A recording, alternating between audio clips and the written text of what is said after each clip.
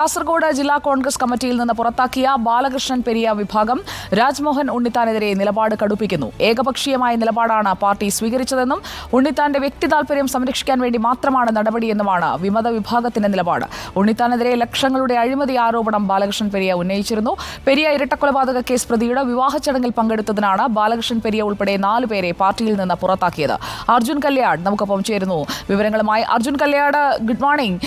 ബാലകൃഷ്ണൻ പെരിയ ഇന്നലെ നമ്മളോട് തത്സമയം സംസാരിക്കുമ്പോഴും പലതും പറയാനുണ്ട്, പല രേഖകളും കയ്യിലുണ്ട്. കെ സുധാകരനെതിരായ, അതുപോലെ തന്നെ രാജ്മോഹൻ ഉണ്ണിത്താനെതിരായ പല കാര്യങ്ങളും തന്റെ കയ്യിലുണ്ട് എന്ന് പറഞ്ഞിരുന്നു. ഒരുപക്ഷെ ഇന്നോ നാളെയോ അതൊക്കെ പുറത്തുവിടാനുള്ള ഒരു സാധ്യതയുമുണ്ട്. നമ്മൾ അദ്ദേഹവുമായി സംസാരിക്കുമ്പോൾ ഈ പുറത്താക്കിയ ആളുകളുടെ ഒരു പൊതുവികാരം എന്താണ്? അവരെ പുറത്താക്കിയത് പല കാര്യങ്ങളും അവർ നേരത്തെ മുതൽ തന്നെ എതിർ ശബ്ദം ഉയർത്തിയവരായതുകൊണ്ട് ഒരു കാരണം കിട്ടിയപ്പോൾ പുറത്താക്കി എന്നതാണോ അർജുൻ? സുജിയ, തീർച്ചയായും അത്തരത്തിൽ ഈ പറയുന്നത് പോലെ തന്നെ ഈ സംഭവത്തിൻ്റെ മുന്നേ തന്നെ, അതായത് ലോക്സഭാ തെരഞ്ഞെടുപ്പിനൊക്കെ മാസങ്ങൾ മുമ്പ് തന്നെ സമാനമായ രീതിയിൽ തന്നെ ജില്ലാ കോൺഗ്രസ് കമ്മിറ്റിയിൽ ഇത്തരത്തിലുള്ള പ്രശ്നങ്ങളെല്ലാം തന്നെ ഉടലെടുത്തിരുന്നു. രാജ്മോഹൻ ഉണ്ണിത്താനും അതുപോലെ തന്നെ ബാലകൃഷ്ണൻ പെരിയ തുടങ്ങിയിട്ടുള്ള നിരവധിയായിട്ടുള്ള നേതാക്കളുമായ ഒരു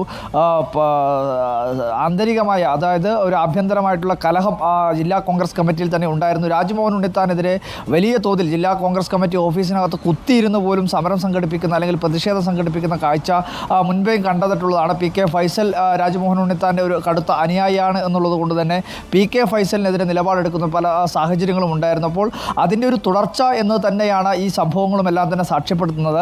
എന്തായാലും ഇതുമായി ബന്ധപ്പെട്ടുകൊണ്ട് തെരഞ്ഞെടുപ്പിൻ്റെ മുന്നേ തന്നെ ഇത്തരത്തിൽ ചില പ്രശ്നങ്ങൾ രാജ്മോഹൻ ഉണ്ണിത്താൻ്റെ മനസ്സിൽ ഉണ്ടായിരുന്നു എന്ന കാര്യം വ്യക്തമാണ്. കാരണം ഇത്തരത്തിൽ വോട്ട് ചോർച്ച ഉൾപ്പെടെയുള്ള കാര്യങ്ങൾ ഉണ്ടാവുമെന്നുള്ള കാര്യം രാജ്മോഹൻ ഉണ്ണിത്താനും അതുപോലെ തന്നെ പി കെ ഫൈസലും എല്ലാം തന്നെ സംശയിച്ചിരുന്നു. 2 കാര്യങ്ങളായിരുന്നു പ്രധാനമായി രാജ്മോഹൻ ഉണ്ണിത്താൻ ഇതിലെ മുൻപേ തന്നെ കരുതിയിരുന്നു. അതായത് തെരഞ്ഞെടുപ്പിൽ നേരിയ വോട്ടിന് പരാജയപ്പെടുന്ന ഒരു സാഹചര്യം ഉണ്ടായിക്കഴിഞ്ഞാൽ അത് ഇത്തരത്തിൽ വോട്ട് ചോർച്ച ഉണ്ടാക്കി എന്നുള്ള രീതിയിൽ ഈ പറയുന്ന ബാലകൃഷ്ണൻ പെരിയ ഉൾപ്പെടെയുള്ളവർക്കെതിരെ ഒരു നിലപാട് ഘടിപ്പിക്കുക, അല്ലെങ്കിൽ അവരെ സംഘടനാപരമായ നടപടിയിലേക്ക് കടക്കുക എന്നുള്ള അത്തരത്തിലൊരു നീക്കം രാജ്മോഹൻ ഉണ്ണിത്താൻ്റെ ഭാഗത്ത് നിന്ന് തെരഞ്ഞെടുപ്പിന് മുന്നേ തന്നെ ഉണ്ടായിരുന്നു.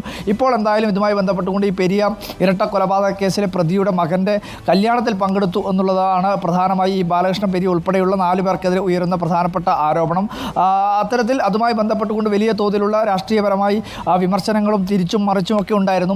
എന്തായാലും ഇതുമായി ബന്ധപ്പെട്ടുകൊണ്ട് ഇപ്പോൾ ബാലകൃഷ്ണൻ പെരിയയുടെ നേതൃത്വത്തിലുള്ള വിഭാഗം തീരുമാനിച്ചിരിക്കുന്നത് നിലപാട് ഘടിപ്പിക്കുക, അതുമായി ബന്ധപ്പെട്ടുകൊണ്ട് കൂടുതൽ ശക്തമായ രീതിയിലുള്ള ഒരു മുന്നോട്ട് പോക്ക് ഉണ്ടാവുക എന്നുള്ളതാണ്. ഇതുമായി ബന്ധപ്പെട്ടുകൊണ്ട് KPCC ഏതെങ്കിലും തരത്തിലുള്ള നിലപാട് സ്വീകരിക്കുമോ എന്നുള്ളത് മാത്രമാണ്. അതുമായി ബന്ധപ്പെട്ട് അവർ KPCCയെ സമീപിച്ചിട്ടുണ്ട് എന്നുള്ളതാണ് മനസ്സിലാക്കാൻ വേണ്ടി കഴിയുന്നത്. പക്ഷേ അവിടെ നിന്ന് വളരെ ചുരുക്കം ദിവസം കൊണ്ടൊരു തീരുമാനം ലഭിക്കുന്നില്ല എങ്കിൽ കൃത്യമായ തോതിൽ ഒരു പരസ്യമായി ഇതിനെതിരെ ഒരു വിമത ശബ്ദം എന്നുള്ള രീതിയിൽ തന്നെ കാസർഗോഡ് ജില്ലയിൽ പ്രവർത്തിക്കുക എന്നുള്ളത് തന്നെയാണ് ഉദ്ദേശിക്കുന്നത്. എന്തായാലും ഈ പെരിയ തുടങ്ങിയിട്ടുള്ള മേഖലകളിലെല്ലാം തന്നെ വലിയ തോതിൽ ഈ ബാലകൃഷ്ണൻ പെരിയ ഉൾപ്പെടെയുള്ള നേതാക്കൾക്കെതിരെ കോൺഗ്രസും സമാനമായ രീതിയിലുള്ള ഒരു തിരിച്ചുള്ള ഒരു പ്രത്യാക്രമണം എന്ന രീതിയിലുള്ള ചില പരിപാടികളും ആലോചിക്കുന്നു എന്ന് മനസ്സിലാക്കുന്നു. എങ്കിൽ കൂടി കാസർഗോഡ് ജില്ലയിൽ വലിയ തോതിലുള്ളൊരു പ്രശ്നങ്ങൾ ഉണ്ടായിക്കൊണ്ടിരിക്കുകയാണ്. കോൺഗ്രസ് കമ്മിറ്റിയിൽ ഒരു പരസ്പരമുള്ള ചേരിതിരിഞ്ഞുള്ള അടിയിലേക്കാണ് കാര്യങ്ങൾ പോകുന്നത്. മുൻപും സമാനമായ രീതിയിലുള്ള ചില കാഴ്ചകൾ ഉണ്ടായിരുന്നു. ഒരുപക്ഷെ അതിനെ വെല്ലുന്ന രീതിയിലേക്കുള്ള കാഴ്ചകൾ പരസ്യമായ നടപടിയിലേക്കൊക്കെ വന്നതുകൊണ്ട് തന്നെ അതിനെ വെല്ലുന്ന ചില കാഴ്ചകൾ ഉണ്ടാവാനുള്ള സാധ്യതയുണ്ട്. രാജ്മോഹൻ ഉണ്ണിത്താന് വലിയ അഴിമതി ആരോപണം കൂടി ബാലകൃഷ്ണൻ പെരിയ ഇന്നലെ തന്നെ ഉന്നയിച്ചിരുന്നു. അതായത് ഹൈമാസ്റ്റ് ലൈറ്റ് സ്ഥാപിക്കുന്നതിന് വേണ്ടി ഓരോ ഹൈമാസ്റ്റ് ലൈറ്റിൽ നിന്നും 1 ലക്ഷം രൂപ കമ്മീഷൻ വാങ്ങിയാണ് ഈ ലൈറ്റുകളെല്ലാം സ്ഥാപിച്ചിട്ടുള്ളത് എന്നുള്ള ആരോപണമാണ് ഉന്നയിക്കുന്നത്. ഏകദേശം ലക്ഷങ്ങളുടെ അഴിമതിയാണ് ഇതുമായി ബന്ധപ്പെട്ടുകൊണ്ട് നടന്നിട്ടുള്ളത്. ഇതിൻ്റെ തെളിവുകൾ തൻ്റെ പക്കലുണ്ട്.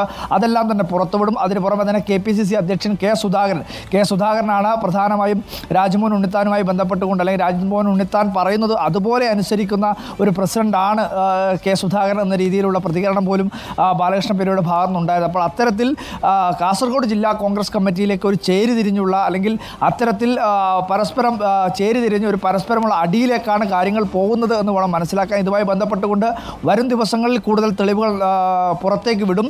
ഇതുമായി ബന്ധപ്പെട്ടുകൊണ്ട് നേതൃത്വത്തെ, അതായത് സംസ്ഥാന നേതൃത്വത്തിലെ പല നേതാക്കളുമായി ബന്ധപ്പെട്ട് സംസാരിച്ചിട്ടുണ്ട്.